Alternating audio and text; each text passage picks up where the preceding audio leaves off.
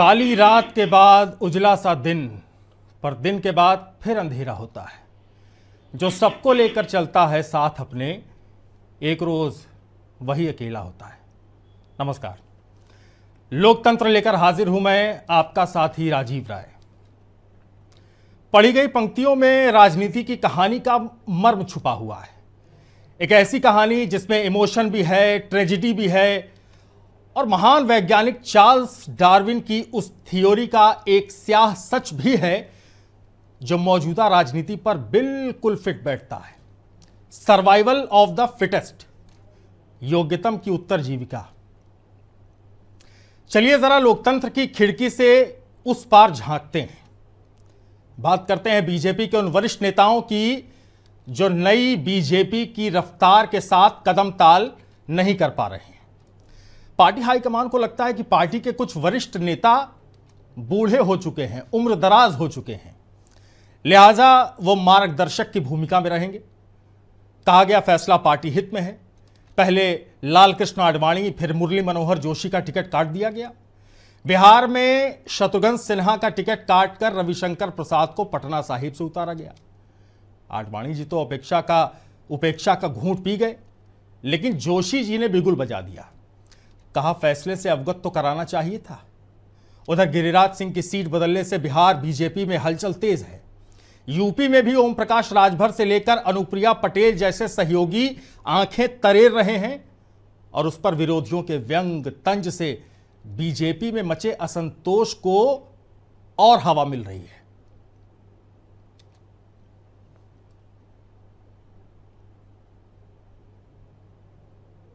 इसलिए कि बिहार में किसी सांसद, किसी मंत्री के सीट को इधर से उधर नहीं किया गया। बिना मुझसे बात किए हुए, बिना मुझे कॉन्फिडेंस में लिए हुए अगर ये निर्णय प्रदेश अध्यक्ष ने लिया, यही मुझे सबसे बड़ा दुख और तकलीफ दे रहा है। मुझे प्रदेश नेतृत्व बताए कि किन कारणों से बिना बताए हुए, बिना मुझसे बातचीत किए हुए किया। मेरे जो हर्ट किया है, जब तक वो नहीं संतुष्ट होता तो मेरे लिए थोड़ी। आडवाणी जी जो भारतीय जनता पार्टी के आज की सोसाइटी के father figure, most reward, most respected friend, philosopher, guide और ultimate leader, Guru of Bharatiya Janata party, उनको इस तरह से किया गया।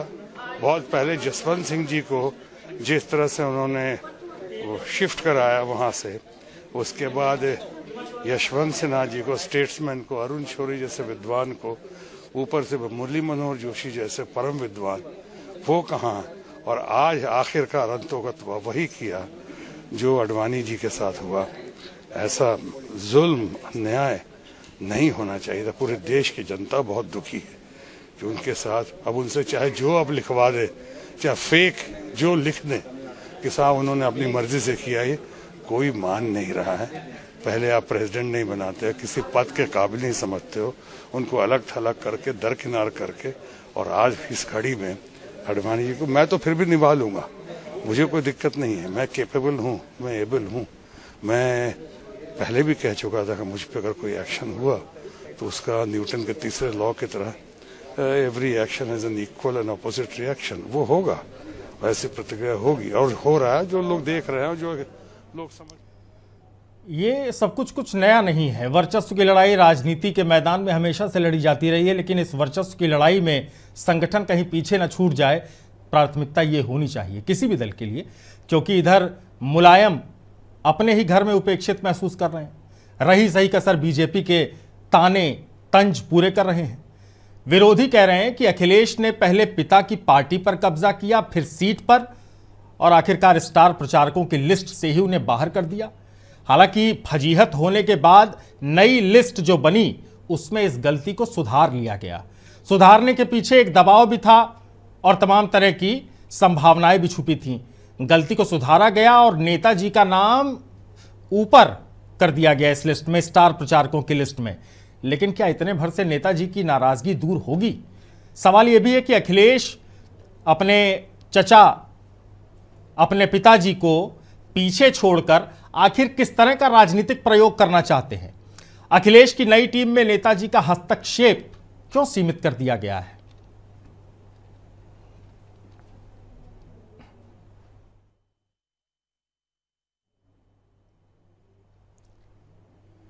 लेकिन राजनीति में चूकने का मतलब आप चूक जाएंगे, इसलिए तमाम झंझावातों के बीच अखिलेश जीत की तमाम संभावनाएं तलाशने में जुटे हैं। एक तरफ बीजेपी के खिलाफ ट्विटर वॉर छेड़कर सोशल मीडिया में वो माहौल बना रहे हैं, दूसरी तरफ प्रेस के सामने आकर बीजेपी की रणनीतियों को कटघरे में खड़ा कर रहे हैं। ट्विटर पर अखिलेश ने बीजेपी पर तल्ख टिप्पणी कर चर्चाओं का बाजार बहुत गर्म कर दिया है। ये आप इस ट्वीट को जरा देखिए, आप समझ जाएंगे। खूब जमेगा रंग जब मिल बैठेंगे संग। अखिलेश ने कहा कि इन लोगों को स्थायी रोजगार चाहिए, ना कि चौकीदार। चौकीदार की चर्चा इन दिनों खूब हो रही है।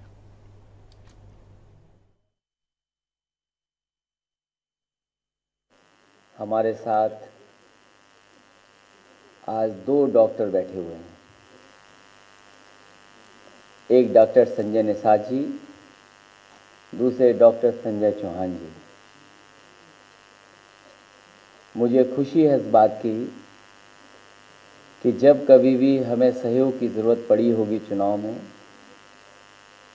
इन दोनों नेताओं ने, इनके संगठन ने, इनके सभी सहयोगी साथियों ने हमारी मदद की है और इस समाजवादी आंदोलन को आगे बढ़ाने में सहयोग किया है। मैं उसके लिए भी इन दोनों नेताओं को धन्यवाद देता हूं और बधाई भी देता हूं। मैं दोनों नेताओं को बधाई देता हूं कि महागठबंधन में, जिसमें बहुजन समाज पार्टी, समाजवादी पार्टी है, इस चुनाव में जो सबसे बड़ा चुनाव होने जा रहा है देश का, न केवल देश बल्कि दुनिया की नज़र है कि आखिरकार उत्तर प्रदेश का परिणाम क्या होगा। और हमें अब आज भरोसा है Bahujan Samaj party, Samajwadi party, RLD, Nishad party और हमारे जनवादी पार्टी के आ जाने के बाद उत्तर प्रदेश का सबसे बड़ा परिवर्तन दिखाई देगा।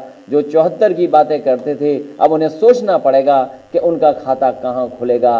एक के अलावा मुझे नहीं लगता कोई खाता खोल पाएगा। राजनीति का ये दस्तूर है, अपनी चाल से ज्यादा नजर दुश्मन के वार पर होनी चाहिए, और इसीलिए शायद अखिलेश यादव बार बार बीजेपी का जिक्र तो कर रहे हैं, लेकिन महागठबंधन को लेकर बन रही महासंभावनाओं को लेकर भी वो उत्सुक हैं, क्योंकि उसके जरिए वो एक महापरिवर्तन की उम्मीद देख रहे हैं। महागठबंधन में जुड़े तमाम सहयोगी तमाम संभावनाओं को खुद में समेटे चुनावी तैयारियों के लिए रणनीतियां बनाने में जुटे हैं। माया अखिलेश यूपी में बीजेपी को अपने दम पर धूल चटाने में सक्षम है, ऐसा वो बोलते हैं, बोलते रहे हैं।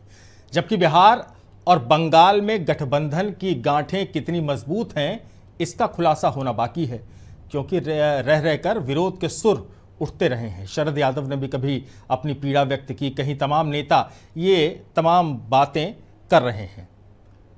ये मुरली मनोहर जोशी जी का लेटर है जिसमें उन्होंने अपनी पीड़ा व्यक्त की है। कानपुर क्यों आए मुरली मनोहर जोशी और कानपुर से उन्हें क्यों जाना पड़ा, इसके पीछे एक बहुत बड़ी रणनीति काम कर रही है, और इस रणनीति के पीछे के मंसूबों पर अब अंदर खाने बातें भी होने लगी हैं।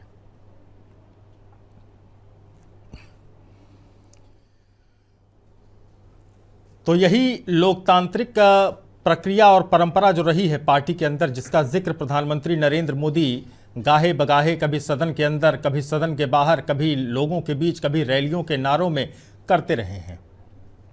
लेकिन सवाल यह है कि वरिष्ठों को पीछे छोड़कर जो एक नई रणनीति बनाई जा रही है, जो नई बीजेपी है, उस बीजेपी में वरिष्ठों का कद छोटा क्यों होता जा रहा है? क्योंकि याद कीजिए वो दौर जब एक बार कहा गया कि Indira is India and India is Indira, ये एक दौर था। और एक दौर ये है राजनीति का जब मोदी मय हो गई है पूरी बीजेपी। प्रयास ये किए जा रहे हैं कि पार्टी को पहले से कहीं ज़्यादा बड़ी जीत लोकसभा चुनावों में मिले, क्योंकि दूसरी तरफ से जो विरोधी हैं, अखिलेश यादव का ये ट्वीट देखिए, आप समझ जाएंगे कि किस तरह से बेरोजगारी के मसले पर लगातार बीजेपी को घेरने की वो कोशिश कर रहे हैं, कभी सोशल मीडिया के मंच से, कभी प्रेस कॉन्फ्रेंस के जरिए।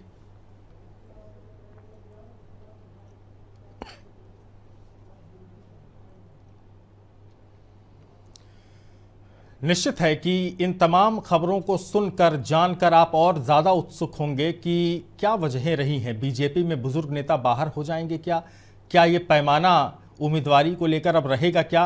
क्योंकि इसका जिक्र तो कुछ साल पहले पिछले चुनावों में ही कर दिया था प्रधानमंत्री नरेंद्र मोदी ने। आपको लखनऊ लिए चलते हैं।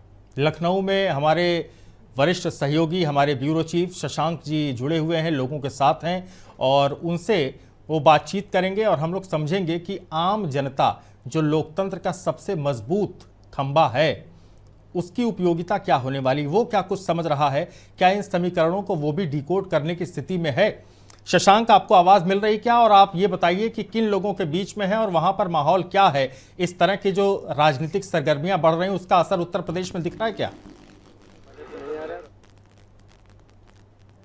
मैं आपको बताना चाहूंगा कि उत्तर प्रदेश की राजधानी लखनऊ की उस जगह पे हम खड़े हैं, ये दारुल सफा है जहां पर लोग कुर्ता पैजामा और कोटी पहन के नेता बनने आते हैं और यहां से ही विधायक, सांसद बनकर जाते हैं। लोग सपने सजो करके आते हैं और उनकी बात जो कहती है, यहाँ पर दुकानें चलती, लोग कहते हैं कि राजनीति का गढ़ अगर उत्तर प्रदेश की राजधानी लखनऊ में कहीं पे है तो यहाँ पर है। लोग यहाँ पे पैंट शर्ट छोड़ करके कुर्ता पहनते हैं, कोटी पहनते हैं और राजनीति की शुरुआत करते हैं। हमारे साथ में बहुत से लोग हैं।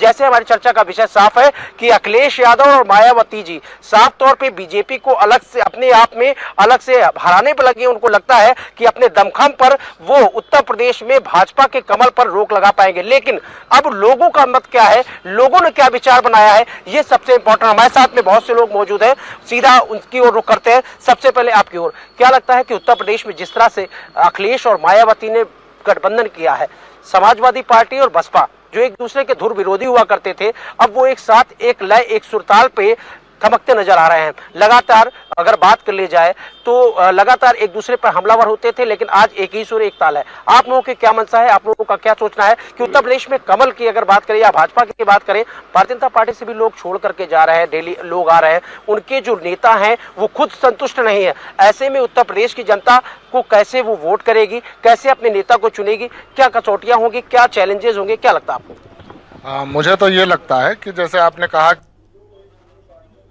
कि एक दूसरे पार्टियों में लोग छोड़ के जा रहे हैं, तो जो एक दूसरे पार्टियों से असंतुष्ट लोग रहते हैं, जो टिकट के लिए दौड़ते रहते हैं, वो नहीं पाते हैं तो एक दूसरी पार्टियों में आते जाते रहते हैं। ये तो स्वाभाविक बात है। और दूसरी बात रही गठबंधन की बात, तो भारत समाजवादी पार्टी और बहुजन समाजवादी पार्टी का गठबंधन बहुत ही मजबूत है और इसमें भारतीय जनता पार्टी की कहीं कोई दाल नहीं गलने वाली है। उत्तर प्रदेश में सिर्फ और सिर्फ गठबंधन ही मेजोरिटी में आए। कैसे होगा गठबंधन? ये जो गठजोड़ है, पहले आप लोग तिलक तराजू और तलवार उनको मारो जूते चार ये नारा लेके चलते थे। पहले आप लोग समाजवादी पार्टी के लोग बहुजन समाज पार्टी के यहाँ जब वोट मांगने जाते थे तो कहते थे तो कि वो दलितों की मसीहा है, और मुस्लिमों की अगर पार्टी कही जाती तो मुस्लिमों के मुल्ला मुलायम सिंह यादव हुआ करते थे। अब कैसे मैनेज करेंगे? डैमेज कंट्रोल को कैसे मैनेज करेंगे? अपने जो जातिगत आरक्षण पे जो उत्तर प्रदेश की राजनीति है पूरी तरीके से, उसको कैसे मैनेज करेंगे? कि अब क्या बताएंगे कि हाथी पे जो सवार होके आया है साइकिल पे, तो लोग कहते, विपक्ष कहता है साइकिल की हवा निकल जाए, इसको कैसे मैनेज करेंगे? जनता के बीच कैसे जाएंगे? देखिए, ऐसा है, अब गठबंधन हो चुका है, ये सब बातें पुरानी हैं और इन बातों पे ध्यान भी नहीं देना चाहिए। और जब समाज एक हो रहा है तो उसको एक करने की बात करनी चाहिए। ना कोई किसी मुसलमान की पार्टी होती है, ना कोई दलित की पार्टी होती है। ये प्रजातंत्र है, सब एक हैं और सारी पार्टियां, जैसे समाजवादी पार्टी और बहुजन समाजवादी पार्टी एक हुई है, तो सब मिलके उसमें वोट करेंगे और जो है मेजोरिटी की। सिर्फ लोकसभा चुनाव में ऐसा होगा या विधानसभा चुनाव में भी ऐसा ही करेंगे? फिर विधानसभा चुनाव में जातिगत बातें करेंगे कि वो मुस्लिमों की पार्टी है, यादवों की पार्टी है, वहाँ परिवारवाद है, वहाँ समाजवाद है। शशांक, जरा इनसे ये समझने की कोशिश कीजिए कि जो परिस्थितियां बन रही हैं, चाहे वो बीजेपी में हो, समाजवादी पार्टी में हो, बुजुर्गों की उपेक्षा हो रही है, क्या वाकई ये जो तरीका है राजनीति का, ये जो नया प्रयोग है, चाहे वो मुलायम सिंह के संदर्भ में हो, मुरली मनोहर जोशी के संदर्भ में हो, उनको साइडलाइन करने का जो प्रयोग किया जा रहा है, वो स्वीकार्य होगा समाज में?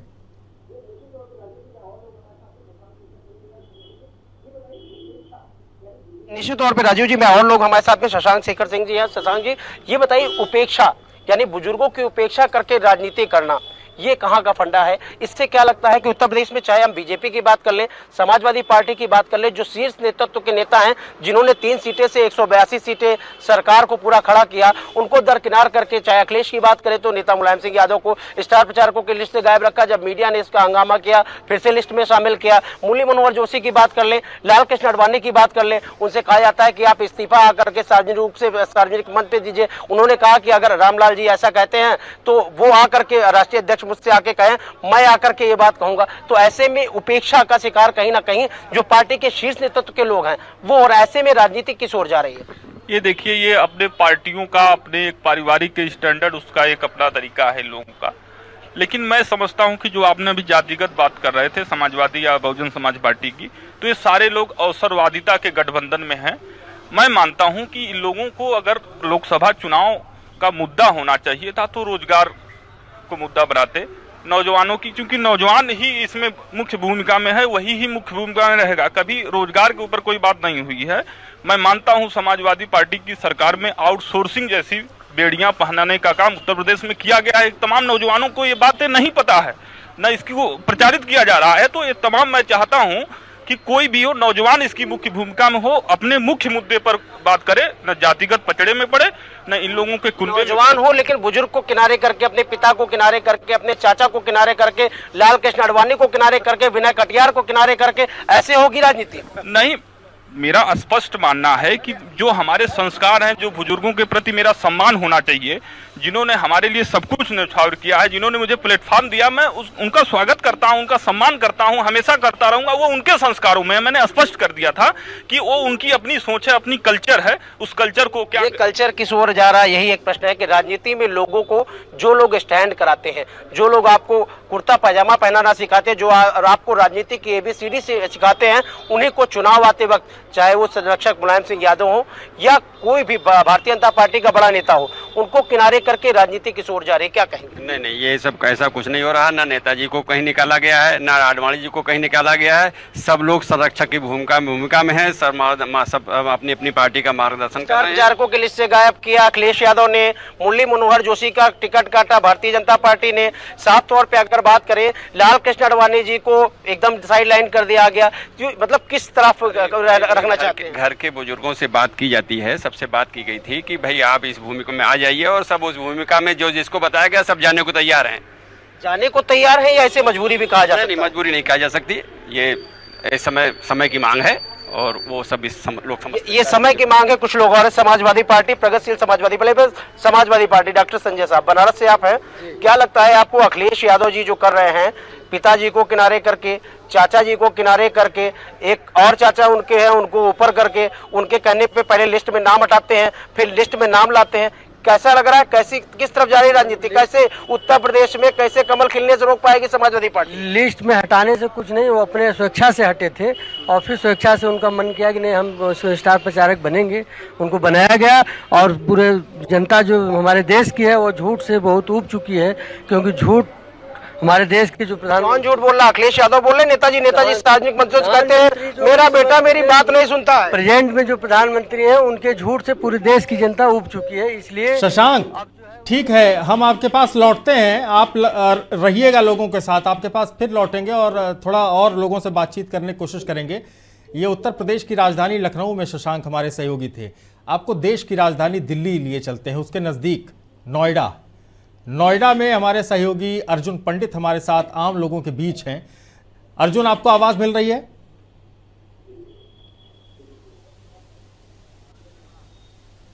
अर्जुन, आपको आवाज मिल रही है क्या? देखिए, राजधानी के पास भी समस्याएं कम नहीं होती हैं। आप राजधानी में हैं तो इसका ये कतई मतलब नहीं है कि ऑल इज वेल है। तमाम तरह की दिक्कतें, समस्याएं हर स्तर पर, हर वर्ग को झेलनी पड़ती हैं। अर्जुन हमारे साथ जुड़े। अर्जुन, आवाज मिल रही क्या आपको? अर्जुन, ये बताइए कि ट्विटर पर वॉर छिड़ा हुआ है। अखिलेश यादव बीजेपी के खिलाफ लगातार ट्वीट्स कर रहे हैं। बीजेपी की तरफ से योगी आदित्यनाथ ने उसका जवाब दिया ट्विटर के जरिए। ये जो आम लोग होते हैं, इनके जहन में क्या ये चीजें फर्क डालती हैं क्या कि फेसबुक पर ये क्या देख रहे हैं, ट्विटर पर ये क्या पढ़ रहे हैं, इसका असर होता है क्या दिमाग पर लोगों के?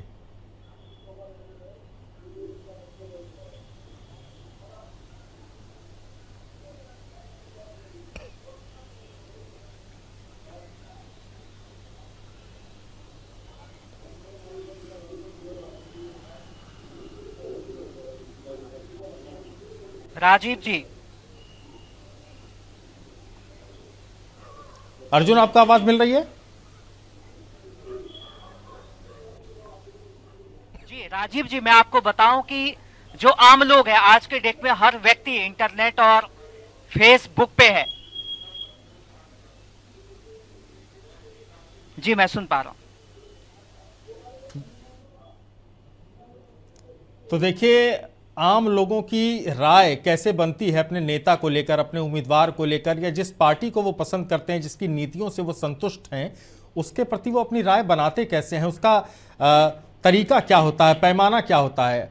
ये सोशल मीडिया का दौर है। यहाँ पर सोशल मीडिया पर कही गई जो बातें होती हैं उसका असर बड़े पैमाने पर, व्यापक पैमाने पर लोगों के जहन में होता है, और जब आप वोट करने जाते हैं तो उन पर भी उसका असर दिखाई देता है। और नेताजी जिनको आप इस वक्त टीवी स्क्रीन पर देख रहे हैं, इनके राजनीतिक जीवन का एक दौर ये भी है जो वो देख रहे हैं, अपनी उपेक्षा का दौर। पिछला चुनाव जब उत्तर प्रदेश में हुआ था, उस दौर में भी मुलायम सिंह यादव की उपेक्षा हुई, और नतीजा क्या हुआ ये हर किसी ने देखा।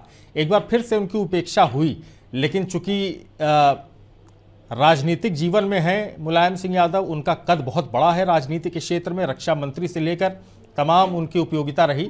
अर्जुन हमारे साथ जुड़े हुए, हमारे सहयोगी लगातार नोएडा के लोगों के साथ हैं। अर्जुन, बताइए क्या बात हो रही है लोगों से आपकी? देखिए, जो आम लोग हैं, जो आम जनता है, उनके बीच में इस बात को लेकर सच में कई सारे सवाल खड़े हैं। चाहे अगर आज हम समाजवादी पार्टी की बात करें या भारतीय जनता पार्टी की, इसमें जो वरिष्ठ नेता है, अगर हम बात करें समाजवादी पार्टी में मुलायम सिंह यादव की, जो पूर्व रक्षा मंत्री रह चुके हैं, या फिर भारतीय जनता पार्टी को सींचने वाला लालकृष्ण आडवाणी की बात करें,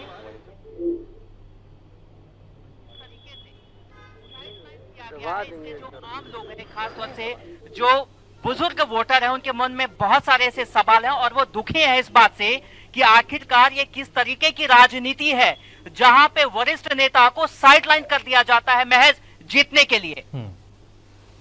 अर्जुन, पूछिए जरा अपने पीछे खड़े हुए लोगों से कि क्या सोशल मीडिया पर जो चीजें चलती हैं, क्योंकि अब तो हर आम खास के हाथ में फोन है, सोशल मीडिया है, फेसबुक है, ट्विटर है, इससे फर्क पड़ता है क्या इनकी सोच पर?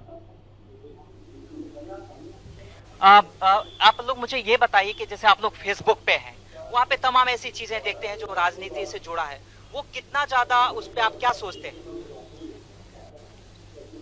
बताइए। जो फेसबुक पे जो चीजें आती है, अगर पॉलिटिकल पार्टीज का आरोप प्रति आरोप, जैसे कि अभी समाजवादी पार्टी में स्टार प्रचारक थे मुलायम सिंह यादव, उनको साइडलाइन कर दिया गया, फिर से उनको लाया गया, और आज मुरली मनोहर जोशी जो बहुत वरिष्ठ नेता है भारतीय जनता पार्टी के, उनको टिकट नहीं मिला है। तो इस पे क्या सोचते हैं, क्या आप सोचते हैं? मेरे हिसाब से तो फेसबुक और ये यूट्यूब वगैरह है जो, मैंने से नहीं समझता, क्योंकि इसमें ज़्यादातर देखते हैं झूठी खबरें। तो आजकल न्यूज़ वाले भी देखा हूं कि रोजगार के मसले पर किया है अखिलेश यादव ने कि हमें चौकीदार नहीं चाहिए, हमें तो रोजगार चाहिए। क्या ये लोग भी ऐसा ही सोचते हैं? आगे की बात करें तो मेरे हिसाब से तो ये जो बीजेपी की पार्टी है, तो इसमें तो कोई खास हुआ नहीं। ठीक है अर्जुन, बहुत शुक्रिया आपका, लोगों के बीच आप पहुंचे और उनके जहन में क्या चलता है सोशल मीडिया पर चल रही बातों को लेकर वो आपने जानने की कोशिश की। एक बार फिर से आपको लिए चलते हैं लखनऊ में लोगों का मिजाज बड़ा अलग किस्म का है। सोशल मीडिया में जो बातें चलती हैं उसका असर वहां पर भी होता है बाकी देश के हिस्सों की तरह। शशांक, जरा लोगों से पूछिए, समझने की कोशिश कीजिए कि जो सोशल मीडिया पर ये सब चल रहा है चुनाव के दौरान, उसका फर्क क्या पड़ता है, क्या वो प्रभावित करती है क्या सोच को?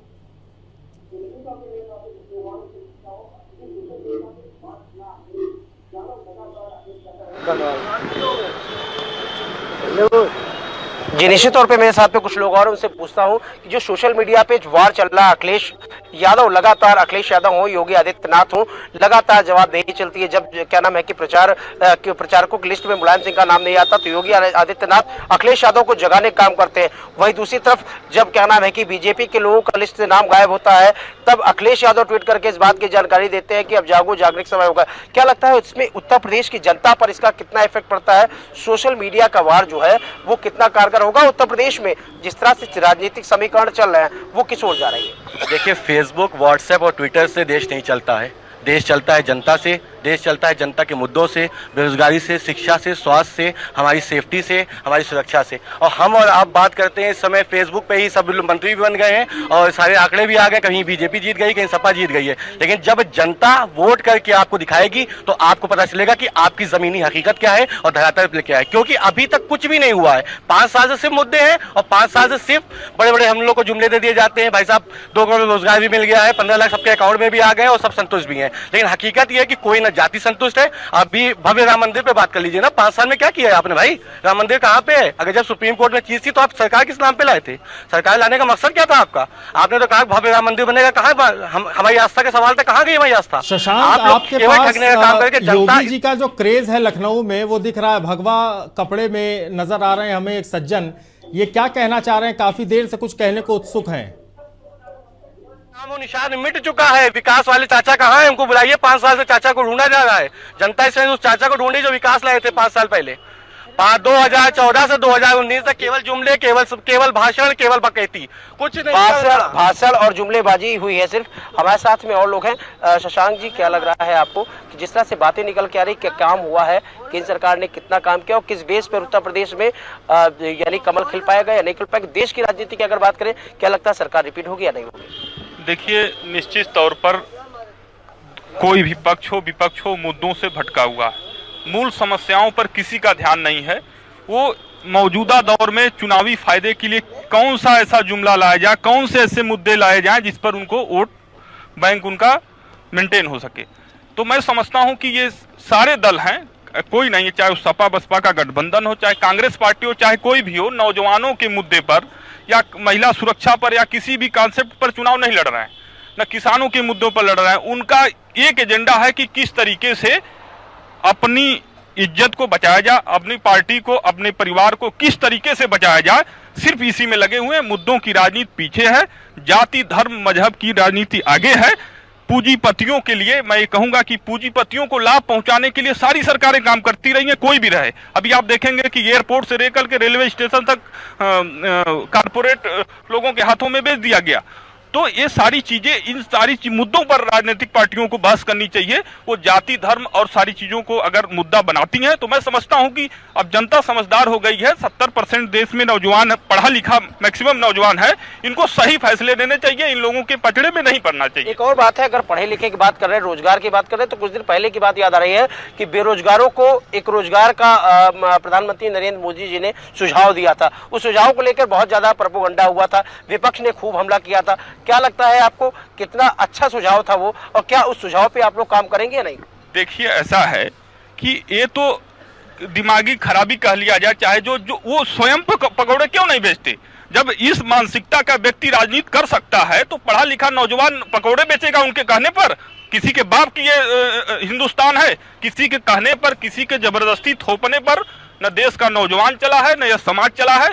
समाज अपने नीतियों, अपने सिद्धांतों पर चला है। योगी आदित्यनाथ के भगवा कलर में आप है, भगवामयी उत्तर प्रदेश है। लोग कहते हैं नमो नमो, हर हर योगी, घर घर मोदी। क्या होगा इस बार? हर हर योगी होगा, मोदी होगा, क्या होगा?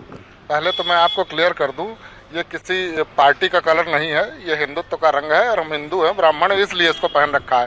मैं बिल्कुल भारतीय जनता पार्टी से कोई ताल्लुक नहीं रखता हूं, मैं आपको क्लियर कर देना चाहूँ। दूसरी बात यह है कि इन्होंने कहा था कि 2 करोड़ रोजगार देंगे, जैसे हमारे भी मित्र ने कहा। युवाओं को भटकाया है और सिर्फ टहलाया है, कोई भी वैकेंसी इन्होंने क्लियर नहीं की। और दूसरी बात यह है कि जो वैकेंसी इन्होंने निकाली उसके सारे पर्चे आउट हो गए, और जब पर्चे आउट हो गए तो पढ़ने वाले बच्चे कहाँ जाएंगे? और दूसरी बात, किसान आत्महत्याएं कर रहे हैं, बॉर्डर पर लोगों के सर कट रहे हैं, किसानों की कर्ज माफी हुई है, लगातार किसानों को उनके क्रय मूल्य मिल रहे हैं, गन्ना किसानों को मिल रहा है। सरकार अपने मैनिफेस्टो में कहती 2 साल बेमिसाल बताया उत्तर प्रदेश की योगी सरकार ने। कहा, मैं आपको बता दूं, जो इन्होंने कहा था न्यूनतम मूल्य मिलेगा वो नहीं मिला, किसान बेचारे परेशान हैं। और दूसरी बात यह है, जो लोग अभी पहले, इसके पहले एक मिनट, अभी इन्होंने कहा था, इसके पहले आया था कि चाय वाला है, तो इनका मैनिफेस्टो था कि चाय वाला, प्राइम मिनिस्टर चाय वाला। अब की बार चौकीदार हो गया। तो मैं इनको क्लियर कर देना चाहता हूं कि चौकीदार कौन है। हाँ, हर नागरिक चौकीदार हो गया, जो किसान है वो चौकीदार हो गया। क्यों? क्योंकि इतने सारे जानवर टहल रहे हैं कि पूरी रात वो चौकीदारी कर रहा है बेचारा अपने खेतों। शशांक, कोई चौकीदार चाहता है, कोई रोजगार चाहता है, ये बात अपने में ठीक है। चुनाव नजदीक हैं, बहुत सारे लॉलीपॉप दिए जा रहे हैं। कोई 6,000 रुपए किसानों की जेब में डालने की बात कर रहा है, कोई 2,000 रुपए देने की बात कर रहा है। एक बैसाखी पकड़ाने की जो ये राजनीति का ट्रेंड शुरू हो गया चुनाव से पहले, ये कितना घातक है? कोई अच्छे दिन नहीं आने वाले हैं, सब बहुत परेशान हैं। अब की बार आदमी विकल्प चाहता है। जेपी यादव भी कुछ बोलेंगे भाई, बना शिक्षक है अभी अपना कुछ करें, गलत तो नहीं। प्रश्न रिपीट कर दे प्लीज। शशांक, मैं ये पूछ रहा हूं कि कांग्रेस की तरफ से उनकी जो न्याय योजना है उसमें वो 12,000 6,000 रुपए देने की बात कर रहे हैं अगर उनकी सरकार आती है। बीजेपी की तरफ से चुनाव से कुछ दिन पहले ही 2,000 रुपए 3,000 रुपए किसानों के खाते में डालने की बात की गई। ये जो चुनावी लॉलीपॉप पकड़ाए जाते हैं पार्टियों की तरफ से, ये कितने कारगर होते हैं चुनाव से पहले? क्या काम करते हैं फैक्टर?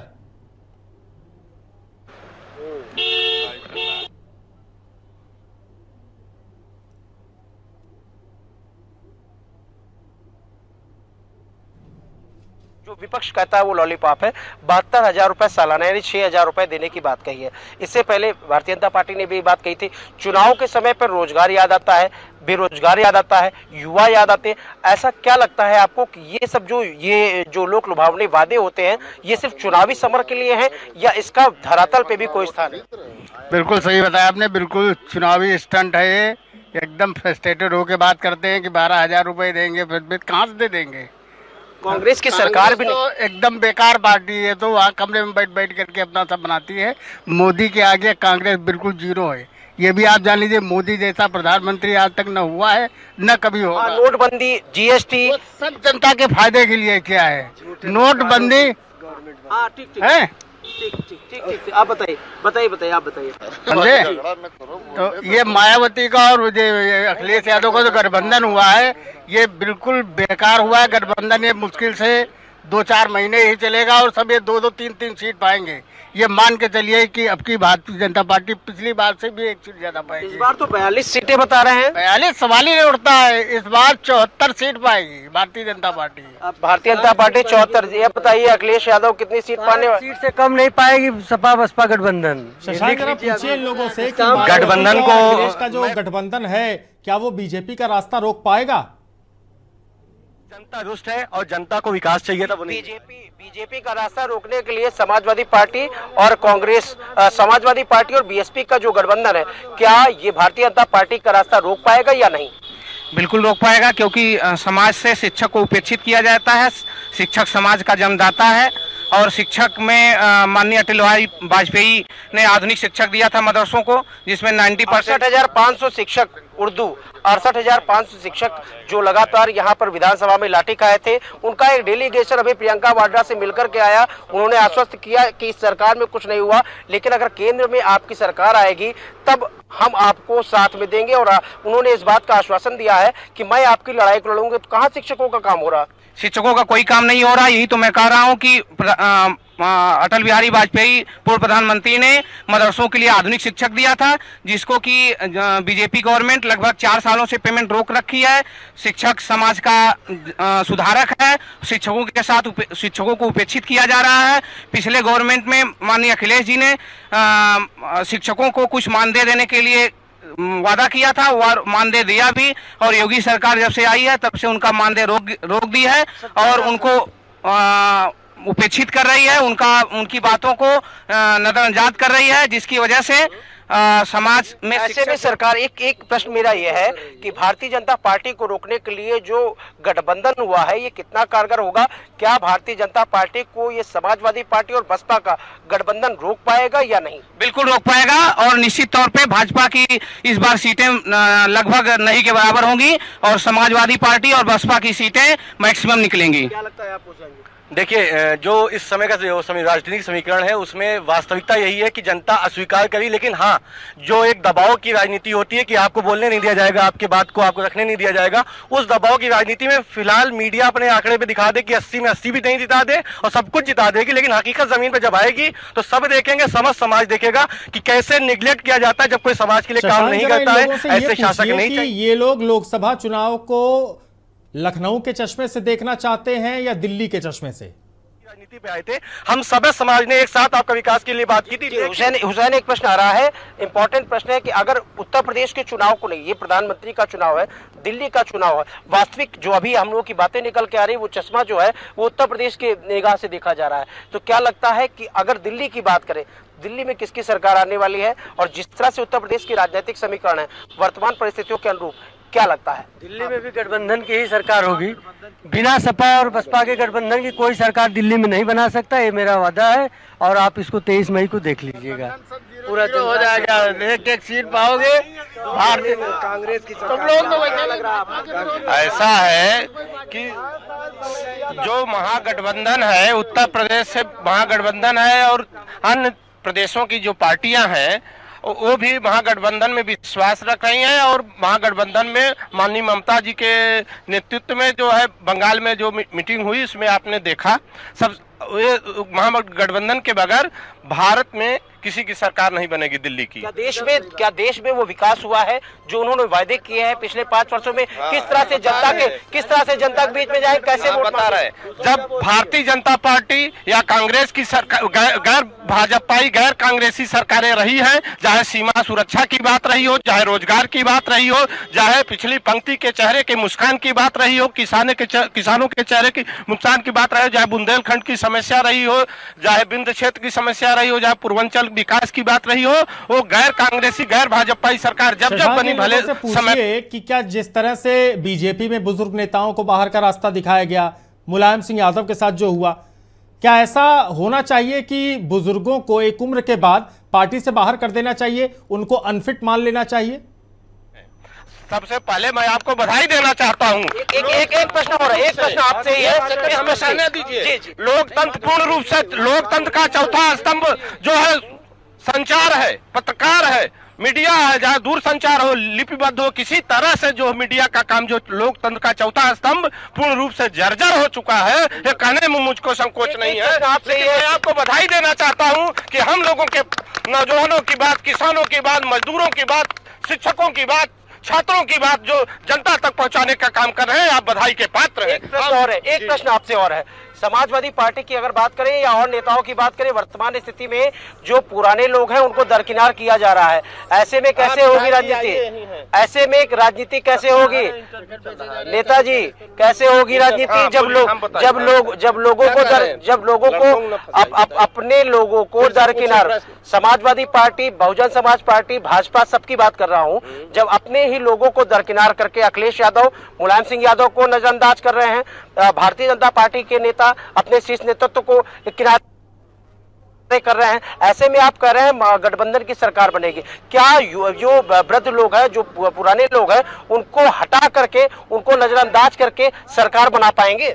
हम लेकिन भाजपा के तो जो 3 धरोहर थे वो धर दिए गए। हमारे माननीय नेताजी की बात आप कर रहे हैं, आज भी हमारे संरक्षक हैं, हम उनके संरक्षण में राष्ट्रीय नेतृत्व अखिलेश यादव के नेतृत्व में, बहन मायावती जी के नेतृत्व में हम महागठबंधन उत्तर प्रदेश से लड़ रहे हैं। और विरोधी तो कह रहे हैं कि नेताजी के मामले में मार्गदर्शक बनाकर उन्हें मूक दर्शक बना दिया गया पार्टी में। कौन प्रधानमंत्री बनेगा? जी, एकदम स्पष्ट रूप से अगर देखने वाली बात कही जा रही है, आप कह रहे हैं मार्गदर्शक, लेकिन वर्तमान स्थितियां तो है मूक दर्शक बनाया गया है कि देखना सब कुछ, बोलना कुछ नहीं। अखिलेश यादव ये चाहते हैं कि नेताजी बोलना कुछ नहीं, सिर्फ बने रहना, मार्गदर्शक रहना, मूक दर्शक रहना, बोलना कुछ नहीं। ऐसा लग रहा है आपको? नहीं, ऐसा नहीं लग रहा है। हम नेताजी की सबसे बड़ी मीटिंग 1987 में कह रहे हैं कि अखिलेश मेरी बात नहीं, नेताजी को माननीय राष्ट्रीय अध्यक्ष जी हमारे उनके लड़के हैं, इसमें बहस नहीं है। नेताजी को बाखूबी मैं भी जानता हूँ, 1987 में उनके जीवन की सबसे बड़ी मीटिंग कानपुर में हुई थी। तब से लेकर आज तक मैं नेताजी के सानिध्य में काम करते चला आ रहा हूँ। नेताजी की पार्टी में सुनी जा रही है? नहीं, बिल्कुल सुनी जा रही, बिल्कुल सुनी जा रही है। उनकी सहमति से नेताजी ने अपर्णा के लिए टिकट मांगा था, वो नहीं मिला। नेताजी ने कहा शिवपाल यादव हमारे साथ में है, लगातार जाते थे, उनकी बात नहीं मानी गई। नेताजी ने कहा परिवार में सबको एक रहना है। शिवपाल सिंह यादव वही व्यक्ति है जिन्होंने नेताजी को इमरजेंसी के समय 1989 की बात कर रहा हूं, तब 2 लोकसभा चुनाव से सीट जिताने का काम किया था। आप पुराने नेता हैं, आपको याद होगा। वर्तमान परिस्थितियों में ऐसा क्या है कि समाजवाद बिखर गया, परिवारवाद बिखर गया, ऐसा क्यों हो रहा है? और उसके बाद में आप दूसरों का दामन थाम के, सुन लीजिए एक मिनट, जब दूसरों का दामन थामे हैं, साइकिल चली गुंडों की ओर, बड़े बड़े नारे थे, अब वो सब नारे कहां चले गए? ऐसा बात नहीं है, नेताजी को सुना जा रहा है, नेताजी के। शशांक, इनसे जरा ये पूछिए, कहीं ऐसा तो नहीं कि प्रधानमंत्री मोदी के बारे में जो टिप्पणी नेताजी ने की थी सदन में, उसका खामियाजा भुगतना पड़ रहा है उन्हें? कौन सी विचारधारा प्रसन्न है वो तो शिवपाल चाचा ही बता सकते। अच्छा, एक बात और अभी आपको याद दिलाना चाहूंगा, नेता मुलायम सिंह यादव ने मोदी जी को कहा था, उनकी आत्मिक इच्छा थी, आप लोग सफाई है कह रहे हैं कि नेताजी को आपने देखा, उन्होंने कहा था मोदी जी जैसा प्रधानमंत्री मुझे चाहिए। तो मतलब समाजवादी पार्टी का क्या स्तर होगा देश में जब नेताजी चाहते हैं कि नरेंद्र मोदी प्रधानमंत्री बने, तो इसको आप क्या कहेंगे? ऐसा है, नेताजी पहलवान भी थे। जब अखाड़ा में पहलवान आता है तो विरोधी पहलवान की भी कहता है तुम बेटा अच्छा पहलवान हो। तब इससे समझिए नेताजी क्या कह रहे हैं। पहलवान वो जरूर थे, लेकिन अपने घर के अखाड़े में ही उनके पुत्र ने उनको पटकनी दे दी। ये भी कहना गलत होगा। सीधे अब शिवपाल सिंह यादव के क्या कहते हैं आप लोग? चाचा को पटकनी दी, कैसे होगी राजनीति? देखिए प्रगतिशील समाजवादी पार्टी लोहिया माननीय शिवपाल सिंह यादव जी के नेतृत्व में है, और शिवपाल जी जो भी हैं वो संगठन के नेता हैं। उन्होंने संगठन के लिए जी जान से काम किया था। समाजवादी पार्टी के अभिन्न अंग थे। माना जाता है इस समय की जो राजनीति कहती है कि शिवपाल जी एक अलग पार्टी बन जाती, लेकिन हकीकत यह है कि जब देश की बात आएगी तो हम सब एक हैं, और देश से जो इस समय की जो मौजूदा सरकार इसको निकालने के लिए हर संभव जो भी प्रयास होगा, हम सब मिलकर एक साथ हो जाएंगे। लेकिन इस समय जो मौजूदा सरकार इसको हटाने के लिए कुछ भी करने को तैयार है। में सारे दल साथ तो हैं, लेकिन जो उनकी महागठबंधन के नेता जो चाहते हैं कि एक आम राय बने प्रधानमंत्री के चेहरे को लेकर, क्या वो संभव है इन परिस्थितियों में जब शरद यादव ये कह रहे हैं कि मैं उपेक्षित महसूस कर रहा हूं, लोग बड़े बड़े नेताओं की गरिमा गिर रही है महागठबंधन के अंदर, क्या ये संभव है कि एक नाम पर सहमति बनेगी कभी? जी निश्चित तौर पे बड़ा प्रश्न है, लोगों से पूछने वाला है कि एक सबसे बड़ी चीज देखी जा रही है। आपसे प्रश्न लेते हैं सीधे सीधे कि जिस तरह से अभी आप लोग बता रहे हैं महागठबंधन की बात कहते हैं, महागठबंधन की बात हो रही है, एक प्रधानमंत्री की सहमत के लिए नहीं बन पा रही है। शरद यादव उपेक्षित महसूस कर रहे हैं और लोग भी अपने आप में, भारतीय जनता पार्टी के शीर्ष नेतृत्व के नेता अपने आप को उपेक्षित महसूस कर रहे हैं। ऐसे में आम यानी एक प्रधानमंत्री बने और आम सहमत कैसे बनेगी, एक बड़ा चैलेंज है। देखिए, ये जो आम सहमति बनने की प्रक्रिया है, ये चुनाव से पहले भी हो सकती है, चुनाव के बाद भी हो सकती है। हम चुनाव के समय पे जब आप एक नहीं है तो कैसे मतदाताओं को अपनी ओर आकर्षित करेंगे, कैसे वोट मांगेंगे? जब आप ही एक नहीं है तो जनता को कैसे एकजुट करेंगे? चुनाव के समय में तमाम जितने भी क्षेत्रीय दल हैं, जहां जहां जो भी गठबंधन है, वो सब जगह एक हैं, और जब सीटों का परिणाम आ जाएगा, परिणाम आने के बाद जो तरीका होता है लोकतंत्र में, जिसकी सबसे ज्यादा संख्या होगी उसी दल का प्रधानमंत्री बनेगा। अपने दल के नेताओं को उपेक्षित करके, अपने शीर्ष नेतृत्व को उपेक्षित करके, लोगों का टिकट काट करके, अपने पिताजी को दरकिनार करके, अपने चाचा को किनारे करके राजनीति किस ओर जा रही है? देखिए, यहाँ पे और मैं ये चाहूंगा कि आप जरा एक बार लोगों से ये भी उनका मिजाज समझें कि अगर प्रधानमंत्री नरेंद्र मोदी के बजाय अगर किसी दूसरे को प्रधानमंत्री के तौर पर देखना चाहे लोग, तो वो दूसरा चेहरा कौन होगा? देश के अंदर भाजपा का गठबंधन है और उन 22 दलों के गठबंधन को एक प्रश्न है, सभी लोगों के लिए प्रश्न है, आखिरी प्रश्न है, अगर प्रधानमंत्री नरेंद्र मोदी यानी देश के जो वर्तमान प्रधानमंत्री नरेंद्र मोदी हैं, अगर उनकी जगह पे आप लोग दूसरे प्रधानमंत्री को देखना चाहते हैं, 1 बाय 1 सबके पास आएंगे, तो दूसरा प्रधानमंत्री का चेहरा वो कौन होगा जिसको आप नरेंद्र मोदी के सामने मानते हैं कि वो देश का प्रधानमंत्री बन सकता है? सबसे पहले समाजवादी पार्टी से संजय जी, क्या लगता है आपको? ये तो चुनाव के बाद तय होगा। नहीं, एक मन बनाया होगा, आप लोग गठबंधन कर रहे हैं। के लिए तो हमारे हिंदुस्तान से ज्यादा विदेश से अमेरिका के पूर्व राष्ट्रपति ने भी ट्वीट करके कहा था कि अखिलेश जैसा, भारत को अखिलेश जैसा प्रधानमंत्री चाहिए। आप बताइए। देखिए, ये फैसला वाकई में चुनाव के बाद होगा, और ये कोई चेहरा तो आप बताएंगे ना प्रधान। तो ये स्थिति है, हर किसी के जहन में एक नाम है, हर किसी के जहन में एक चेहरा है, लेकिन खुलकर अभी कुछ कह पाना बड़ा मुश्किल है, क्योंकि महागठबंधन की तस्वीर भी हमने आपको दिखाई, समाजवादी पार्टी की तस्वीर भी हमने आपको दिखाई कि अंदर खाने क्या चल रहा है। बहुत सारा असंतोष उपजा हुआ है। बीजेपी के बड़े नेता मुखर हो रहे हैं और अपनी नाराजगी व्यक्त कर रहे हैं क्योंकि उनको दरकिनार किया जा रहा है। तर्क 4 साल पहले ही दिया गया था कि 75 से ज़्यादा की उम्र के जो नेता हैं शायद वो अनफिट मान लिए जाएं, और उसका नतीजा ये है कि बिहार से लेकर उत्तर प्रदेश तक और देश की राजधानी दिल्ली में चर्चा आम है कि क्या बीजेपी में बुजुर्ग नेता बाहर हो जाएंगे। सवाल अपने आप में बहुत बड़ा है, लेकिन आप के ऊपर एक बड़ी जिम्मेदारी है। अपनी आंखें खोलिए, अपने कान खुले रखिए, क्योंकि जो दिखता है कई बार वो सच नहीं भी होता है। इसलिए दिखावों पर मत जाइए, अपनी अकल लगाइए और देखते रहिए नेशन लाइव। नमस्कार।